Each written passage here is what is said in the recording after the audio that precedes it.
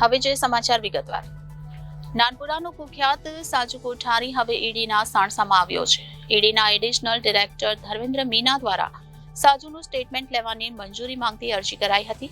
તપાસ માટે ઈડીએ 6 ગુના પસંદ કર્યા. ઈડીએ કુલ 6 ગુનાના કેસમાં સાજુ સામે તપાસ શરૂ કરી છે, જેમાં crime branch Umra police headquarters, Athwa lines police મથકના 2 ગુના અને રાંદેર પોલીસના 1 ગુનાનો સમાવેશ થાય છે.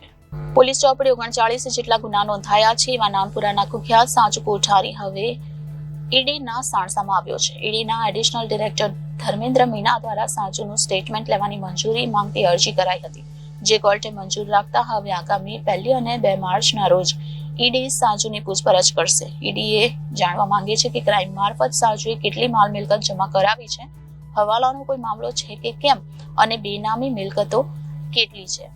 આ ઈડીના એડિશનલ ડિરેક્ટર ધર્મેન્દ્ર મીના દ્વારા સાજુનું સ્ટેટમેન્ટ લેવાની મંજૂરી માંગતી અરજી કરાઈ હતી, જે કોર્ટે મંજૂર રાખતા હવે આગામી 1 અને 2 માર્ચના રોજ ઈડી સાજુની પૂછપરછ કરશે.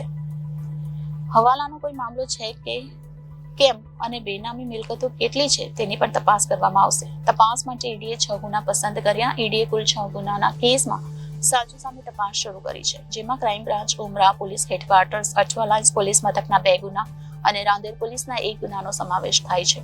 સાજુ કોઠારી અશરફ કુરેશીના કેસમાં પણ કરોડોની ચીટિંગ કરી હોવાની આશંકાને લઈ રૂપિયા બાબતે પણ ઈડીએ આડકતરી રીતે તપાસ હાથ ધરી છે. Reporter Arvind Rathod, Janadesh news, Surat.